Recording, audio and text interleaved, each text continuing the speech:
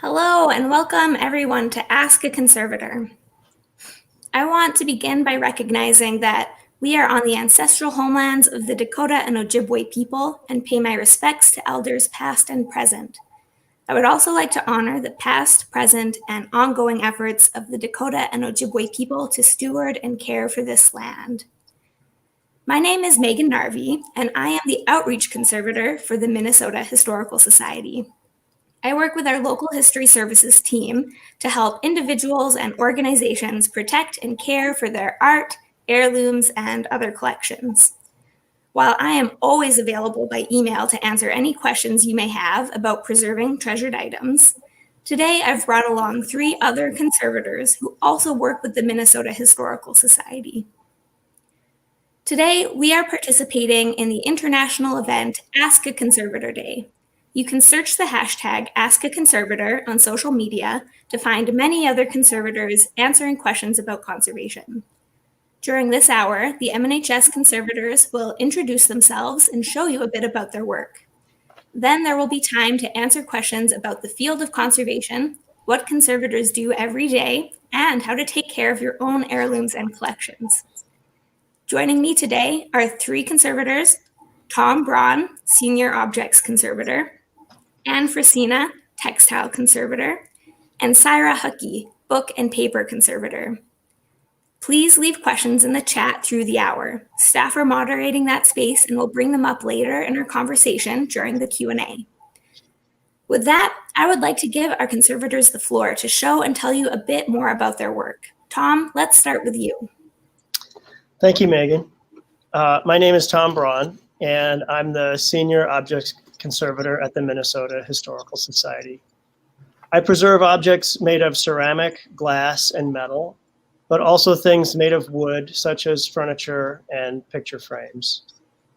Sometimes I work on more unusual things made of rubber and plastic as well.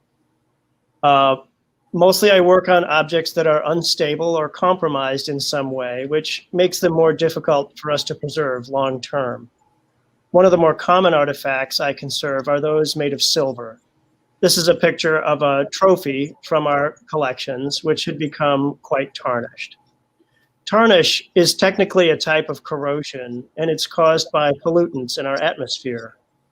Typically, the tarnish is removed either by gentle abrasion or using chemicals to reverse the corrosion. Both of these methods result in some small loss of silver metal.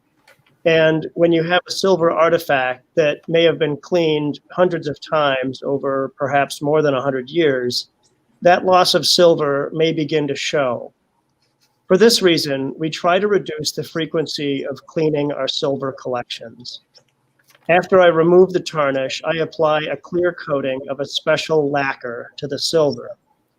When this is done properly, it should be invisible, and it can prevent the silver from tarnishing for about 10 years. Here's a picture of the trophy after I removed the tarnish.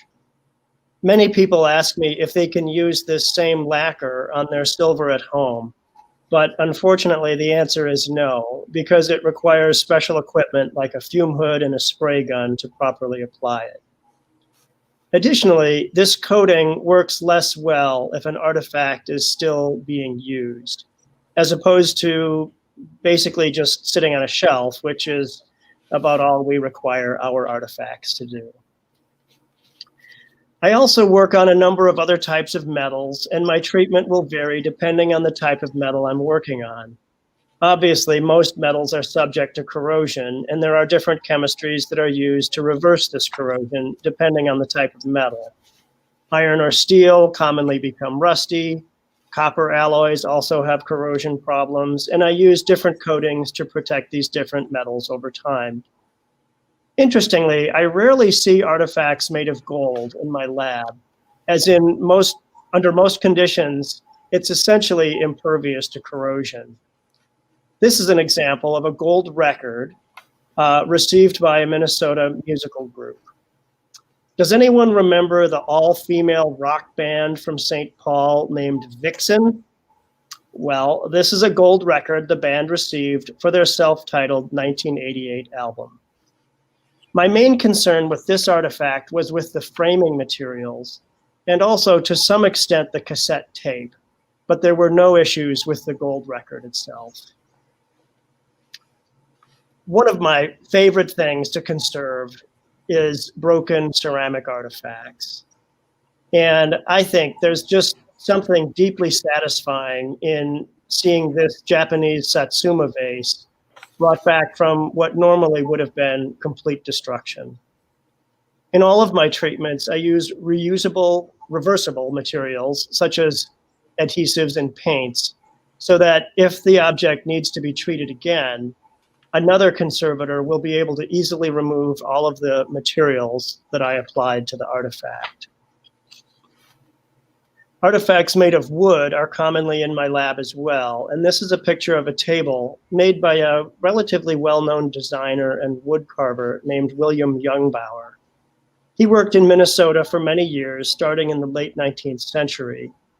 Unfortunately, many pieces of his work have been lost to time because he rarely signed his work. This is one of the very few pieces known to have been made by him.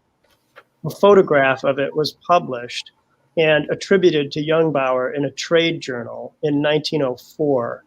And one of our curators was able to reestablish the link to him a few years ago when we were about to purchase this piece at auction.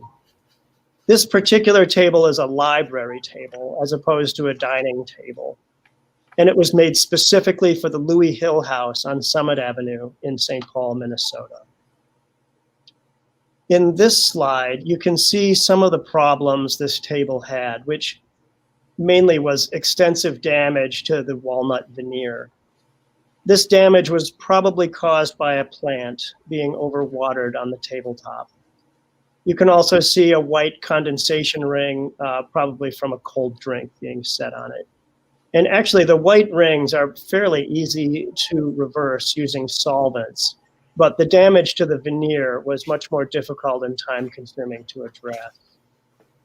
In this slide, you can see what it looked like after my treatment was completed. So this involved carefully removing some of the varnish, setting down the warped veneer that was still intact, filling areas of lost veneer with a new material, and then carefully adjusting the color and texture of the fill to match the original colors and textures of the veneer. Lastly, I applied a new varnish to the tabletop, in this case, using a French polishing technique and traditional shellac. Lastly, rubber and plastic are some of the more difficult materials for conservators to preserve because we have relatively little experience conserving these more modern materials. Somewhat ironically, plastics are often said by waste management to last forever. But in reality, many plastics break down relatively quickly, and often they deteriorate in ways that are unique or unpredictable. In this Charlie Brown toy, the polyvinyl chloride plastic it was made of has started to release its plasticizer, which is the white bloom you can see on the back side of the head. The plastic was also poorly supported, and if you look at the feet, you can see they're distorted. And that was really just from the figure standing up over a long period of time. In this slide, you can see how I was able to remove the oozing plasticizer. I was able to gently apply heat to the toy in such a way that it could be returned to its original shape and could stand on its own. I also cleaned the toy and in-painted areas of loss to the paint. And lastly, I made this storage support so that it won't become distorted again. I think this is about all the time I was allotted for my slideshow, but I hope you enjoyed it. Thank you, Tom. That was great. Now we'll move on to Anne. Hi, everybody. My name is Anne Frisina, and we're in the Textile Conservation Lab at the History Center. The Textile Conservation Lab has to support a very broad and varied collection here at the History Center. Because we're collecting for the provenance, many of our items come in less than perfect condition.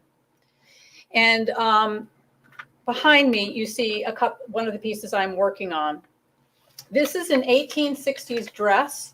It was donated to the History Center in 1978.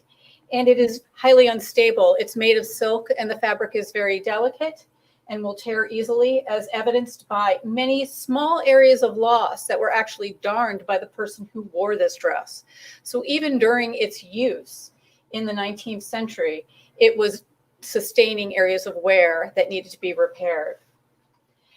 When we're exhibiting something like this, because textiles are non-supporting, we have to create mounts that will support them as if they're being worn. And right over here, we see one of these mounts that is undressed. What makes it so difficult with costumes is that their overall silhouette or shape changes from decade to decade as the corsets changed for each time period. So each mannequin is hand carved out of inert materials like ethafoam, which is a closed cell polyethylene. And then it's covered with a spun bonded polyester felt. And then it's covered with a piece of cotton or polyester stockinette. And this allows us to really create an exact shape for each and every dress. And that's especially important because all of these dresses were fabricated for specific people. And so there's no one overall size, small, medium, and large, that will fit all of our needs. Each of these skirts is supported with a foundation, and this one is supported with a hoop skirt. And I'll try and pick it up a little bit here. This hoop skirt here supports the overall skirt overall. And you can see over here, there's no hoop skirt because this is a much slimmer silhouette and not in need of it. The Historical Society has two areas that I work in most. One is exhibit preparation, and the other is long-term preservation needs. This dress is going through a detailed condition report, and it's going to be photographed on this mannequin. And that is going to help sustain the long-term preservation needs of this textile, of this costume. The costumes, when they're flat, don't look appropriate. We can't really understand what the overall shape is. Only by dressing a costume can we understand the overall three-dimensional shape of it. And this one, as we turn it, you'll see it has a very specific shape from side to side. And I'll pick up her arm a little bit.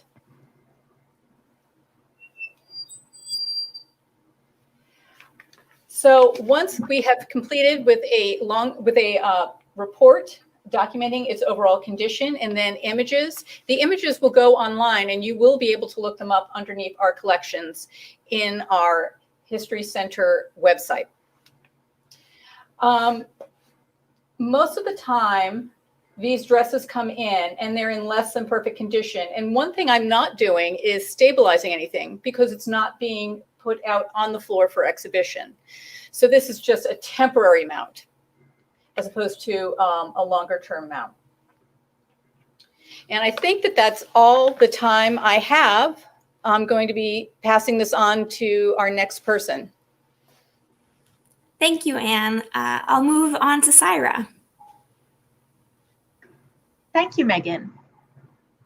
So welcome to the Book and Paper Conservation Lab at MNHS.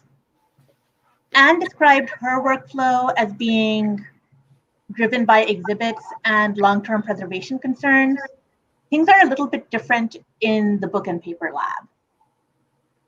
Partly because most of our paper collections and book collections are accessible to the public. So a certain amount of my workflow is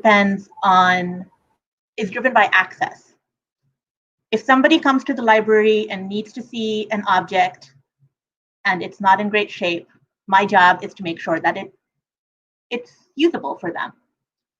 So one of the workflows we have is items come down for enclosures. So they might come down for a book like this, a box like this, which has this lovely magnetic closure. And in this box, a book can be safe on a shelf and would be safe from the environment if there are any issues. We also encapsulate all of our maps in polyester sheeting. And this is a map that came down to the lab for that purpose.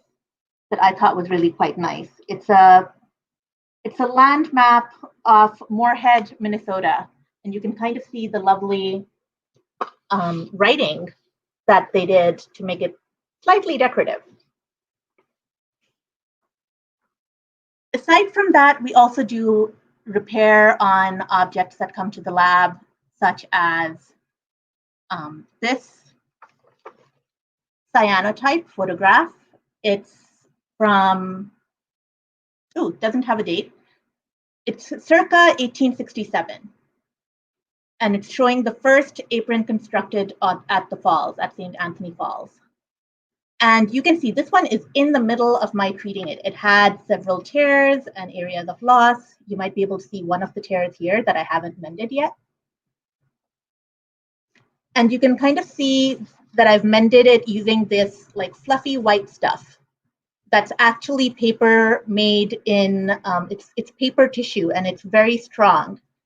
And so I can use it to kind of reinforce this photograph in areas that it's a little weak, and also to fill in areas that might catch on other items.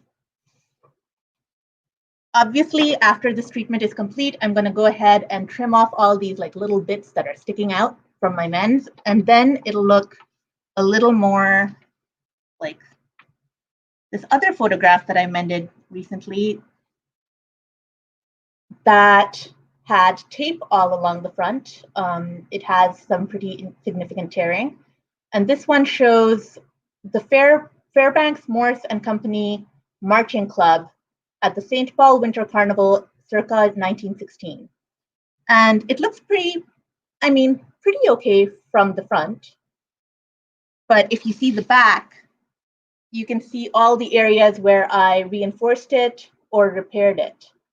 And those are all those little white bits that you can see. So that's a pretty standard treatment for the types of things that we get into the lab. But we also do support exhibit work as well. So here's another item I have in my lab right now. That is a Sinclair Lewis book, Man Trap, that needs a little TLC before it goes in to be exhibited in our upcoming exhibit called Main Street, and it's going to be on Sinclair Lewis. And yeah, that's what this is here for.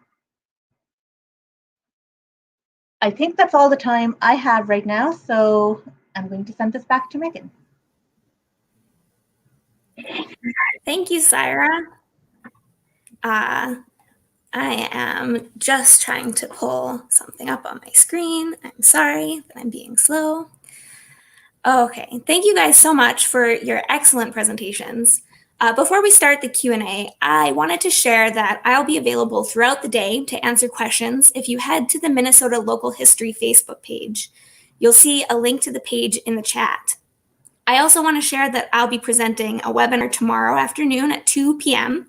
about how to find and hire a professional conservator to repair and restore your valued items. I've included the details for the webinar in the chat as well. So now let's go to some questions. I don't know if we've gotten any questions in the chat yet, but I have one that I would like to ask you guys. I'd like to talk a little bit about the less glamorous side of conservation, preventive conservation. Can any of you speak to what preventive conservation is and why it's important, and what kind of preventive conservation tasks that you do every day? I can talk a bit about that. So preventive conservation is the type of conservation that you do that addresses the needs of an entire collection. So a lot of what I was talking about was single items within the collection, but there is much more to conservation than that. I know within our group, Tom does environmental monitoring of our collection spaces, and he makes sure that the temperature and humidity levels are appropriate to the collections that are stored there. Anne works on integrated pest management, which is one of the jobs that I think is the less glamorous part. Like when you said less glamorous, that is one of the least glamorous parts of conservation, because it involves checking all the pest traps in the building to make sure that there aren't any outbreaks of pests in collection areas. And I work on emergency response planning and disaster planning, making sure that our plan is up to date, holding trainings for staff, and generally being available to answer questions about that as well. And obviously, if there was an emergency situation involving collections, I would be on hand. In fact, I think all of us would be on hand to help if necessary. There's also handling training, which a lot of us do to train other staff members at the Minnesota Historical Society in the proper way to handle artifacts. And that's intended to avoid mistakes that can cause damage to artifacts as well.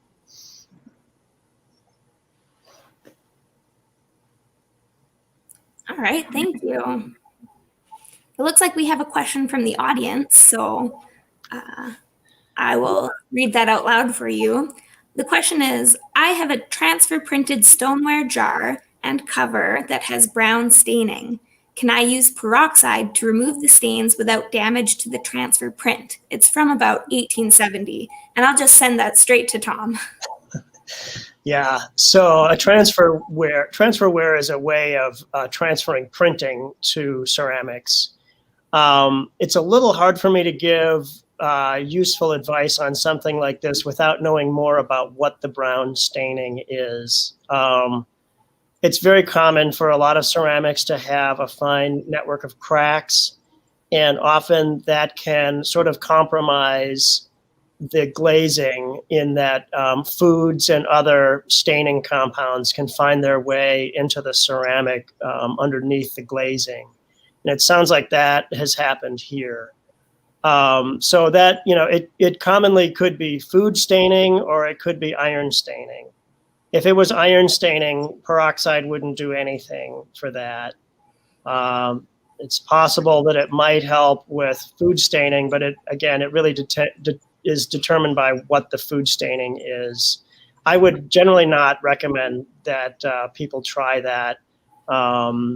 It's hard to get through the network of cracks in the ceramic, and you could cause more damage. So ideally, you might want to bring this to a professional conservator and see what they could do.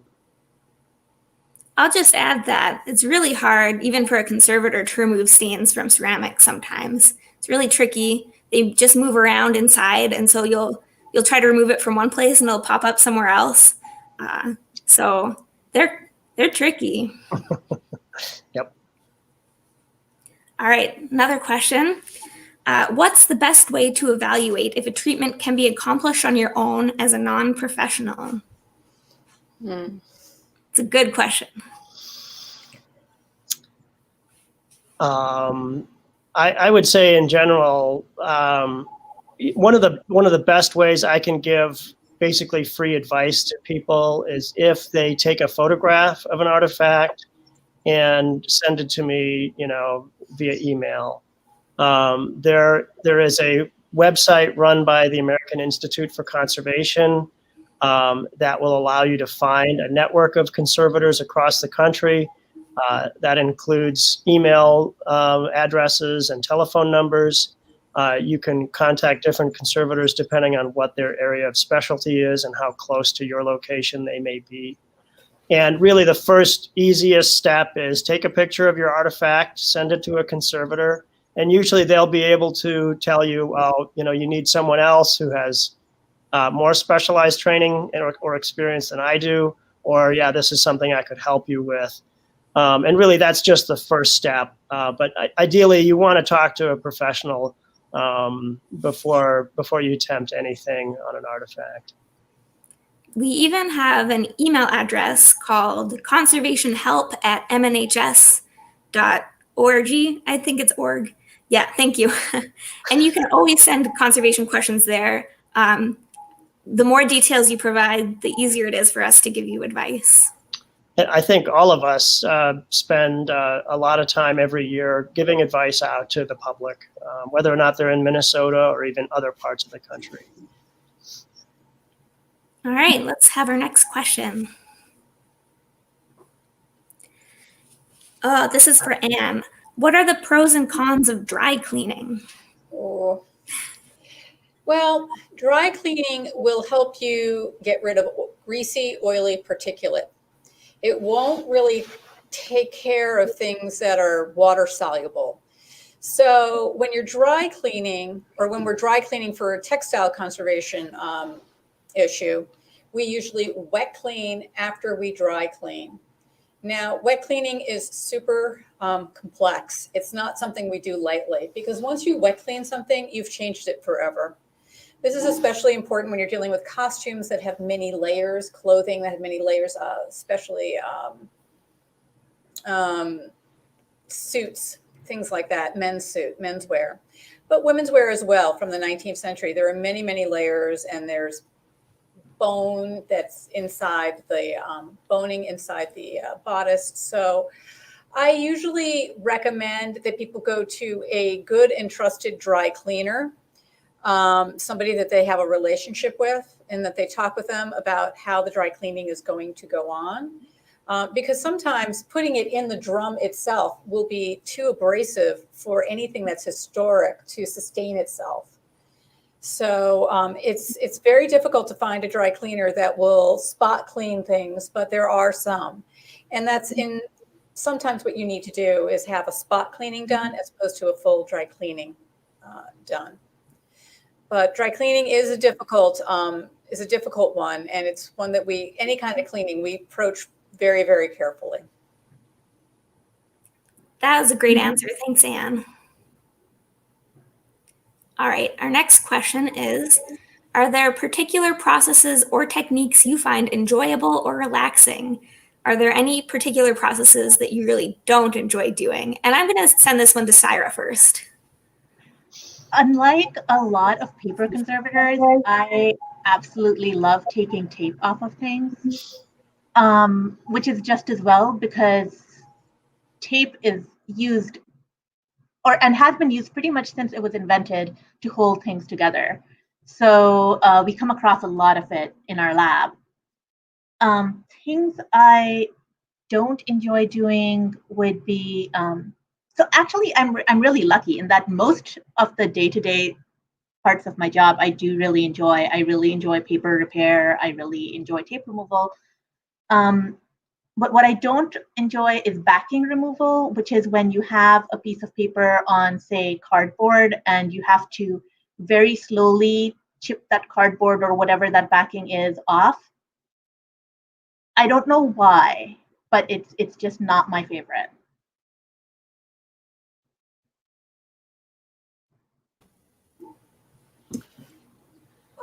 My favorite thing is to pretty much to do everything conservation oriented. Everything at the bench I find intensely interesting and fun. And I always say to people, if you're going to go into conservation, there's two things you need. One is a love of the craft of doing the work and doing something that's repetitive and very focused. And the other thing is problem solving skills. You need to solve a problem every day. And you think that these problems would be consistent. They're not. So you're constantly trying to figure out a way to do something that you could do before, but maybe it's a little bit different in this situation. So, and that's a favorite part of my job as well. What I don't like doing is long-term record keeping in databases. That's my least favorite part of the job, but I think that that's the case with many people. Yeah, like Anne said, I think one of my favorites is anytime I can be at the bench and just interacting directly with artifacts. That's really one of the main reasons I pursued this profession. I love interacting with old things and figuring out how they were put together, how they come apart, how I can make them better. All of us also, from time to time, will have to work with hazardous materials, and that's just part of our job.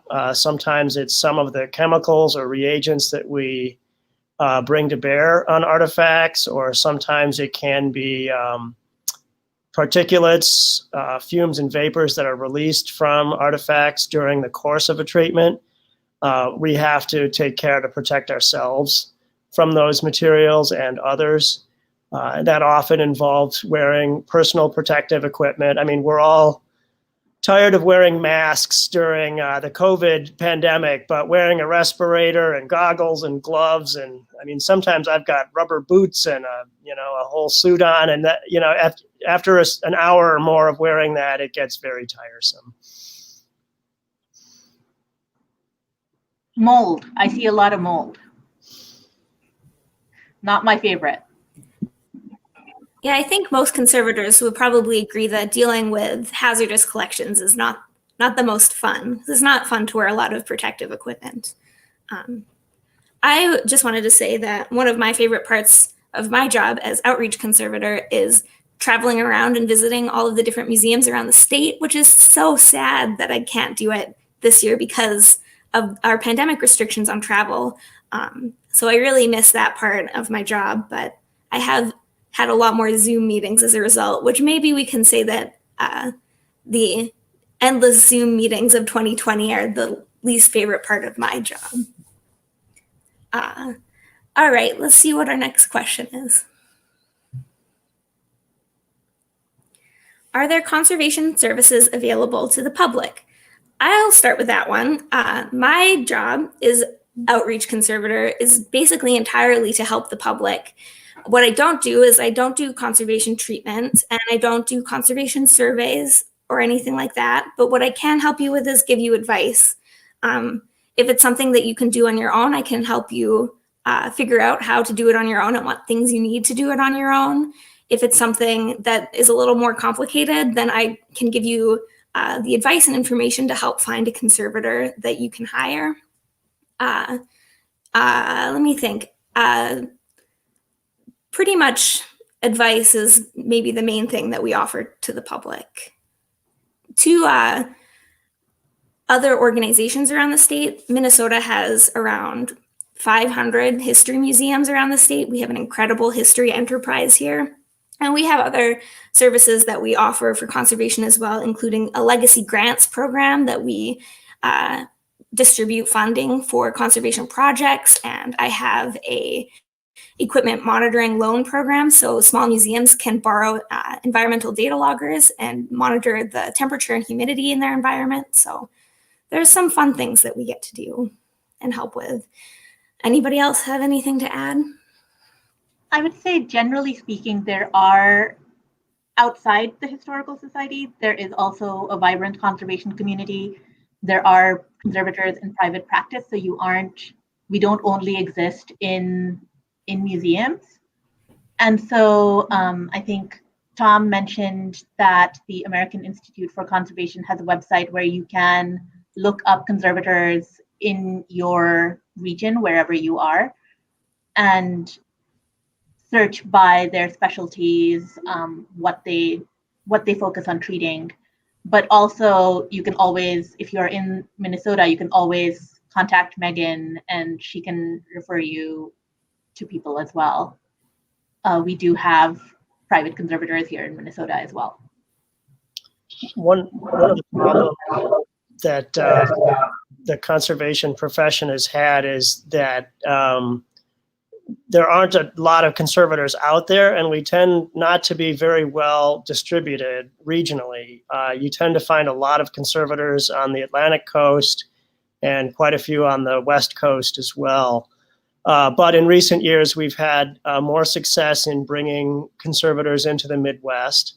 And AIC, our professional organization, has also, actually several decades ago, they created regional centers that typically serve a 5-state area, and they are usually a nonprofit organization, just to make sure that people can have good conservation services relatively close to their location. So.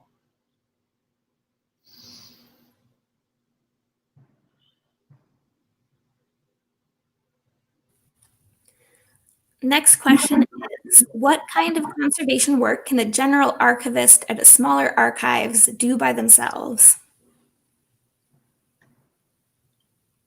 Saira, do you have any advice?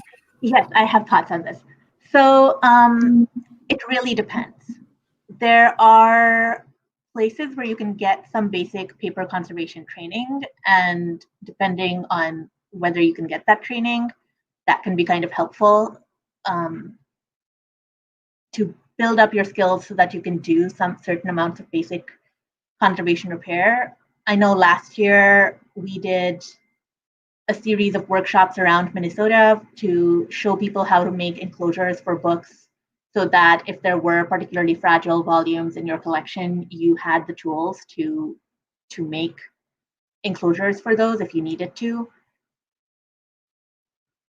But generally, I would say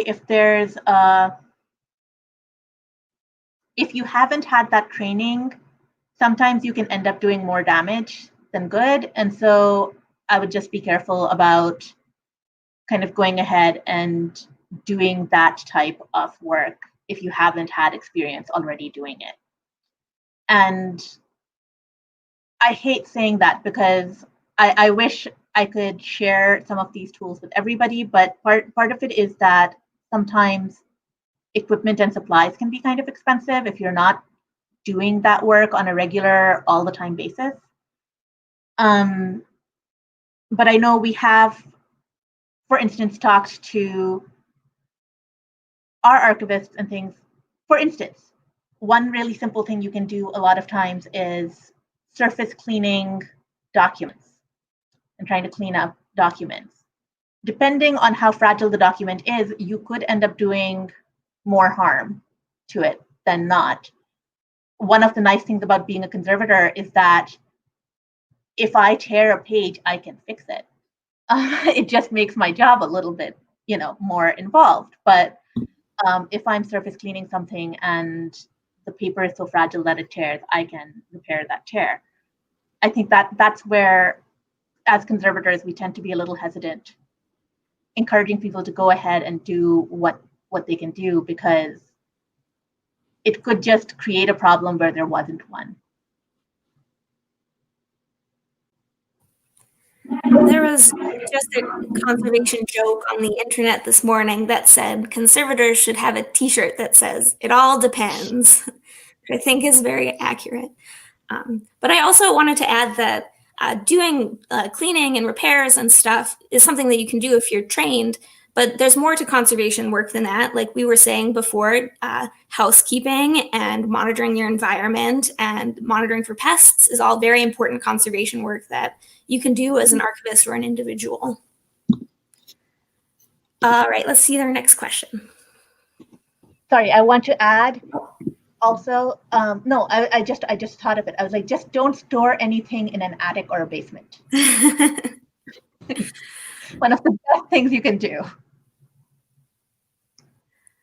All right, our next question is, can you do workshops for the lay public? We have done those in the past, and those were great. I think most of the time, I think the ones that we did in the past were more geared to local historical societies, but we have also done workshops for the lay public. There was a conference a couple years ago on family genealogy where I did talk about how to take care of your paper collections, and one of my colleagues got into how to take care of digital collections, which is a very pertinent issue these days. So we have definitely done those types of things as well, and would love to do more. Yeah. And if I could add, we have 6 podcasts on YouTube on how to store your textiles at home. And these podcasts are very valuable. They tell you what materials to use, how to fold things, how to roll things, how to put things in box storage, what should be hung, what shouldn't be hung. So that's a good resource. And you can just type in MNHS in the YouTube or my name, Ann Frisina, and they will come up.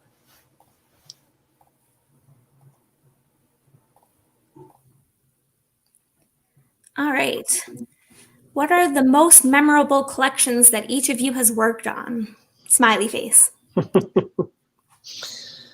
That's it's kind of like picking a favorite child or a favorite pet. Almost everything we work on is really unique and unusual. I can say, just last week I worked on some binoculars from the Civil War, and they didn't function properly because they had lost a leather gasket. And I was able to replace that gasket, and then they functioned as they were supposed to. And I find tremendous satisfaction with that sort of thing. I may be playing to the crowd here since I know the person who wrote that, but one of my favorite collections actually is our State Archives collection, because the records always have so much depth to them. They really matter, and they're very useful for researchers. So there's an actual access element of it where I know that the work I'm doing will be useful to somebody pretty immediately. And the problems that they have are usually also very satisfying to deal with. It's usually, like I said, I like removing tape. There's usually tape. I like repairing tears, and there are usually tears. So I really like our State Archives collection. A memorable treatment that I did a few years back was on the Frederick Cortina set of armchairs and settees at the Ramsey House, Governor Ramsey's house. And what we were able to do was I took all the fabric off of it and the upholstery, and I found the original fabric swatches on the tacking edges. Then we had the fabric woven and dyed. And by doing that, we then applied them back onto the suite of furniture and returned them to their original presentation when Marion Ramsey bought them at the A.T. and Stewart department store in New York. She had them shipped out from there. That was not uncommon. So that's something that you can go see. And it was a very memorable project that we were able to work on, that we were able to take such an enormous change and bring it back to its original presentation. The most memorable thing that I've ever worked on was in my previous job. I was doing conservation treatments, and I was working on a Civil War era bomb and realized that it was still active, and we had to evacuate the building and call the bomb squad. So definitely the most memorable experience in a conservation lab I've ever had.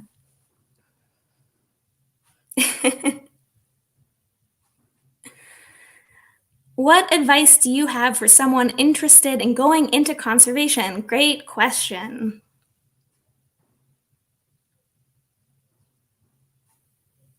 I would like to hear from Saira because she's a recent graduate. Yeah, I'm a relatively recent graduate. So I would say, so there are, I always forget exactly how many schools in the United States, but there are a handful of schools in the United States that focus on conservation.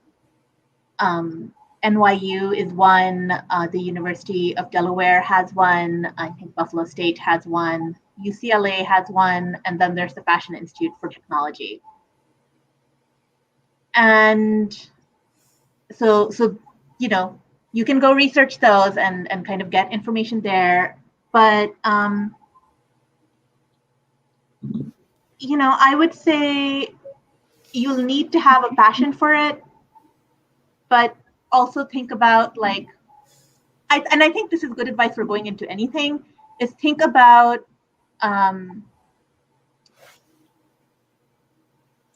the things that you are good at that draw you to that field, and always have other options that you can go into. Because I think one of the things about the conservation field is that, unfortunately, there are only a handful of schools, so there are only a handful of places in each of those programs, and it's very competitive to get in. But if you have a passion for it and you think that's what you want to do, you should absolutely go for it. But also, shoot me an email and we will talk about this further, because I am happy to go into this in exhaustive depth with pretty much anybody. So if you do have questions, you can contact Megan and she can put you in touch with me, or you can find my information on the internet. and get in touch with me. As a reminder, the email address to get in touch with us is conservationhelp@mnhs.org. And there's also there's a great resource on the American Institute for Conservation website all about becoming a conservator, and it's really useful to go read through that to get some more tips.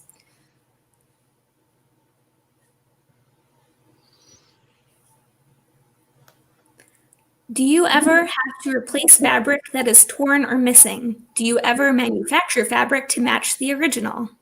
Yeah, that's a huge issue in textile conservation because we're unlike paper. We can't make something that we use as an underlay or an overlay look continuous like you could on a paper loss. And so textiles is a little different. When we have areas of loss, I will usually go to my fabric stashes and look for something that's an appropriate color, weave structure, and fiber. If I don't have anything, then I will often dye something to match. And this is an issue when we're dealing with printed objects, especially. Sometimes I will choose the darker, more neutral color of a printed item and use that to fill in the area of loss. But ameliorating areas of loss is the consolidation of things is one of those areas that I could probably spend 20 minutes talking about and just touch the surface on. So yes, we do dye. And sometimes we try and create prints, but it's very difficult, even with the digital printing processes we have available today.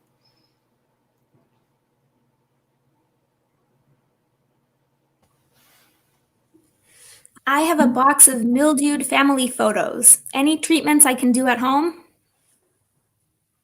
Saira?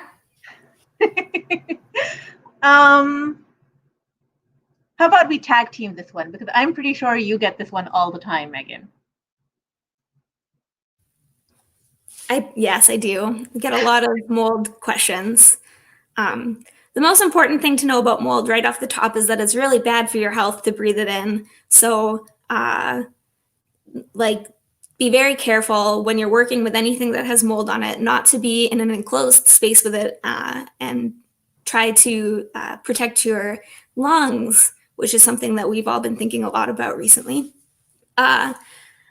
Another question that would be really relevant is whether it's like still fresh mold on the surface or whether it's old and dry. And that has a big difference in the kind of advice we would give on how to proceed. But yes, there are things that you can do at home to improve the situation, and you can reach out and we can give you more specific advice. Do you have anything else, Saira? I would say in general, you want to move that collection. You want to enclose that collection in something so that you're not exposed to whatever is growing there. But also, mold likes dark spaces, and it likes high humidity, and it likes like not a lot of airflow. And so if you kind of move it to a place that's a little bit brighter, or if where there's a little more ventilation, a place that's a little drier. This was why I was saying earlier, don't store anything in attics and basements. It's because the temperature there tends to fluctuate, and so does the humidity. And so you can get very high humidity, which causes mold. And once you've got mold, you can make it inactive, but you can't kill it. There's no way to make sure it is gone forever. You can just manage it so that when there's no humidity, it's not growing. But if that piece goes back into a place that's humid, the mold will start reactivating and growing again. And so that's why if you can avoid this problem altogether, please do that, because once once you have the problem, it can be hard to deal with. I would say like one thing you could consider doing, I think at home, is seeing like, are these things you have copies of? Are they things where you have the film and you could just like make another print? Would it be possible to just photograph these photographs and throw away the originals and therefore have a nice mold-free version? These are all things we can consider, but like Megan said, this is a long conversation, and it's probably good to reach out to her, because I consider her the expert when it comes to mold.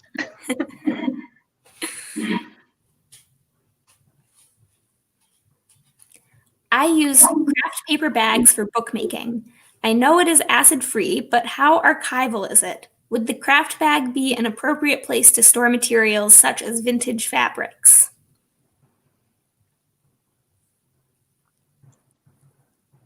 And you muted. Sorry. Storing fabrics is it's a very, very broad topic, and it really depends on what the fabric is made of, and also what it's made into. So most of the time we store things on hangers, in boxes, but I guess a bag would be okay. I would be a little bit worried because craft paper bags, I think, do have acid in the paper, and so you could develop some dangerous acidic degradation byproducts that would be transferring from the bag or influencing the fabric that it's sitting on top of or inside of. So I generally recommend that people go for acid-free materials, or the polypropylene boxes are another way to go. The bag it's nice because it's enclosed, and enclosing things protects things, not only from pests, but from fluctuations with heat and humidity. But usually I recommend that people go with acid-free. If it's acid-free is not within your means, one thing you can do is take a piece of washed muslin, wrap the piece in the washed muslin, and then put it in the acid-free bag. And that will create a barrier between the bag, which has acidic, which becomes acidic as it ages, and the textile that's inside of it. So that might be one option for that kind of a storage treatment. I would add that paper in general, even if you buy it as acid-free, if it's in contact with something else that's acidic, it can become acidic as well. So that's just something to be aware of.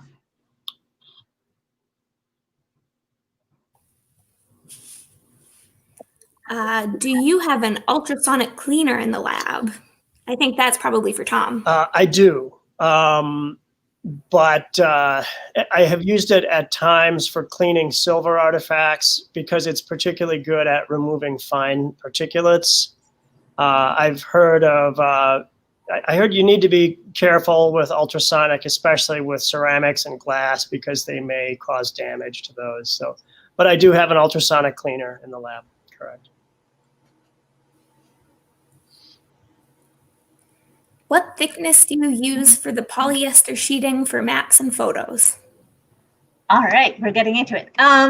So normally we use about, they come in like 1 to 3 millimeters thick. And normally we use 3 millimeters, but sometimes if items are a little more hefty, or we feel like they're a little more fragile and we want them to have a little more support, we do a 5 mil.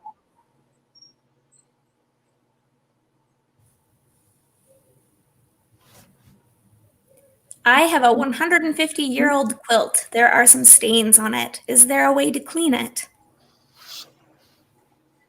Yes, I recommend that you bring it to a conservator. And we do have conservators in the Twin Cities that can answer that need. I don't recommend that people wet clean quilts at home. They're extremely large, and when they become heavy with water, especially cotton, it's very easy to tear it because the weight of the water in the fiber, which is amorphous, just structurally makes it weaker. And so it's very easy to tear something when it's wet. So I don't recommend that people wet clean quilts. They're just too large. You can't put them in a machine. The machine will rip it apart if it's an older piece. So I would recommend that you bring that to a textile conservator that has wet cleaning facilities, and there's a couple of them here that do that, and see if they can remove the stains. Anne has a really large, like, I don't even know how to describe it, like a tub in the floor of her lab, which is specifically for washing really big things like that. Yeah. Because they require such special care. Yeah, we have 2 ways to wet clean things in the lab here. We have one, which is a large wet cleaning table, And that's where I usually put quilts. But if something is larger, like a rug, we have a sunken depressed area that's 11 by 13. So that's the largest item I can put in there. And we did put an 11 by 13 foot rug in there once. What are some easy tips for preserving items in case you can't afford to conserve or repair them? I'm most interested in old cookbooks that I inherited from my grandma. All right. Yes, old cookbooks are the best because you can tell which recipes are good because those are the grossest looking pages. I would say it kind of goes the same for all items. To a certain extent, you want to keep them in a clean, dry place where there isn't a whole lot of, there aren't a lot of fluctuations in humidity or temperature. Wherever that happens to be, whether that's a closet in your bedroom or otherwise, like that's the best place to store them. I would also say for a lot of, depending on the cookbook, if it's the kind that it's starting to fall apart or the pages are getting super brittle, there's not a whole lot you can do about pages getting brittle. So at that point, I might suggest maybe making copies of the recipes that you particularly want to hold on to, because that's actually something not even conservators can do, is make that paper go back to being good. It's just the way that the paper was made. It wasn't meant to last. And that's a really common problem with a lot of books that were made, particularly in the early 20th century, late 19th century. I would also say if they're the kind of books that were held together primarily with glue, that might be another reason where they're starting to just snap apart at particular places. And again, making photocopies or copies for yourself on nicer paper is, unfortunately, that's kind of the way to go with a lot of items from that era. Yeah, I mean, the interesting thing with cookbooks is what's important to preserve is the information in the recipes. And by photocopying them, you could have a copy that you use on the shelf and wouldn't get soiled in the kitchen, or you could make multiple copies to distribute to relatives or children. So. A lot of people think that to preserve something, you have to do something to the object, but a lot of times the number one best thing you can do to preserve something is to leave it alone. Put it somewhere safe, somewhere where it's nice and dark and there's not a lot of fluctuations in humidity. Put it in a box like Saira showed, and that it will last a really long time like that. I would say the one thing about cookbooks in particular is that a lot of times they have food bits in them that you might not be able to kind of get at. They're sometimes just embedded, and so you'd want to be careful that you have maybe some insect traps or things around wherever you have them stored, because the one thing you don't want is you found the perfect place to put them and then little creepy crawlies find their way there as well. And while you think it's safe, it's actually being munched on. So that would be the one thing I would say that's really specific to cookbooks that you might want to think about. Thank you. Okay, let's take one more question. Can you give any advice or recommend good resources or contacts that would be useful for or even necessary for doing research related to historic or relic textiles? Oh, I'm not sure what you mean by relic textiles. Boy, it's a hard question to answer because I'm not quite sure I'm understanding what exactly you're looking for. There's a lot of online resources for how to handle and take care of textiles in general. When they get highly valuable, a relic textile kind of makes me think that it's something that's extremely valuable or extremely precious. And if that's the case, then I just recommend you going to a conservator.